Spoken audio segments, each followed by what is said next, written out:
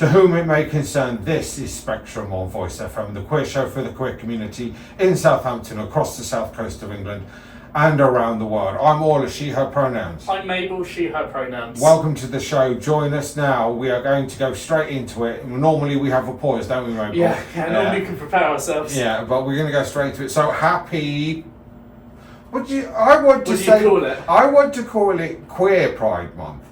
Well, Queer History Month. Yeah, and that's the thing, because it's always called LGBT History Month, but it's like, that's not changed. It's not LGBT plus History Month, it's not LGBTQIA plus History Month. Really, I think Queer History Month would probably be a better word to use for it there, of course including ace people and stuff like that there. So that is a good point, but regardless, happy LGBT History Month. Yeah, so this is the month where we celebrate the queer community and all the interesting aspects we have had as a community on culture, society and history. Absolutely. There's a lot of really good points that it's nice to talk about year on year. So one part that I have up on the computer in the studio at the moment is about Christine Jorgensen. So this was one of, I believe, the first trans woman in the United States to have sexual reassignment surgery. And when that happened, it was leaked in the newspapers and she became a huge sensation. This has happened a lot of times to a lot of women, including in the UK, and there's been a lot of people that have kind of shied away from it. But what was special about Jorgensen is she really embraced it. She became an overnight celebrity just with her personality and her sense of humour. And then in 1953, this is, again, a transgender woman, she became Woman of the Year. Yeah, it's kind of like when Laverne Cox became Time magazine's Woman of the Year. Yeah. And they called it the trans tipping point.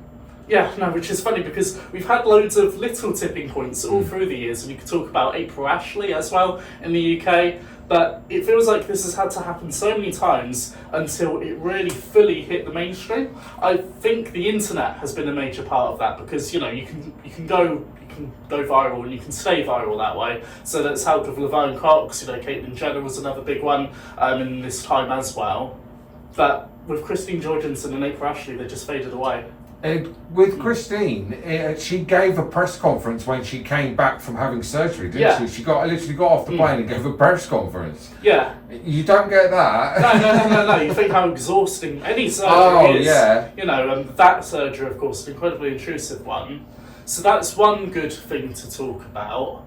I think another thing that is important to talk about from being from Southampton is, of course, we've got a lot of local history. So, of course, the Beaumont Society was founded in 1966 in a hotel in the city, but we're not sure what hotel, are we? I thought it was the Southampton Hotel, but I don't know where I've read that, so I can't pluck that out of the ether. For some reason, I thought it could have been the Dolphin, but the reason why no one knows, I'm pretty sure, is because the last surviving member of the 15 people that were at that meeting, I think they're suffering from dementia, so they just don't know what hotel it was, but it was definitely in Southampton. Of course, we had Solent Pride in the 90s, that was between 92 to 94. That was, I think I've seen it written, it was a 7-day Pride event. You'd think we've got 3 Pride events in the city right now, you'd think trying to go 7 days straight. I reckon it was just pub crawls, like all the way through it. I think it was because there was a Southampton sort of Pride event that was held in the city. Yeah. That the London Hotel led. That was back in, I think, 2000. No, when was it? I was in the city and didn't see much of it, and I think it was about 2003, just after the London opened as a queer venue. Yeah. That was kind of quiet, but that was a pub crawl. That was all the gay venues hosting events at the same time and joining together. It's a good way to do it, though. It's always good when, you know, organisations join together. I know with our organisations right now, we try and interlink as best as we can. So we've got Southampton Pride, Trans Pride Southampton, and People's Pride Southampton.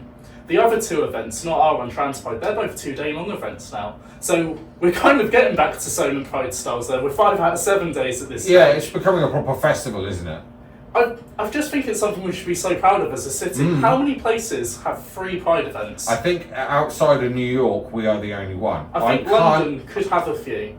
No. There's DIY Pride. Oh yeah, called Black Pride. Yeah. So if you include those, and then Trans Pride London, and is it Trans Pride London? It's Pride in London. No, it's London Trans Pride. London Trans Pride, and then Pride in London as well. So that's 4 days still, I'm pretty sure there. Yeah, we've got a lot to be proud of, I think. You've got to wonder how much money, I think some of us know in the community who work at the top price, but us at Trans Pride Southampton don't actually know how much money we bring to the city itself. Yeah, if you think there are people that come pubs from, Exeter and stuff one year. So, yeah, I saw it in the newspaper once actually, I think about Southampton Pride, where it was over 300k maybe that Southampton Pride brought in. So it's a lot of money. We do the city good, I think we do. Yeah. Thank you, mate. What's coming up next? Let's give the heads up to, because we're going to talk about the history for a bit. Yeah, we're going to keep on talking about the history. So I wanted to talk about Harvey Milk for a little bit, and also STAR, which was an organisation co-founded by two Stonewall veterans, Sylvia Rivera and Marsha P. Johnson. Southampton's Voice. Voice FM.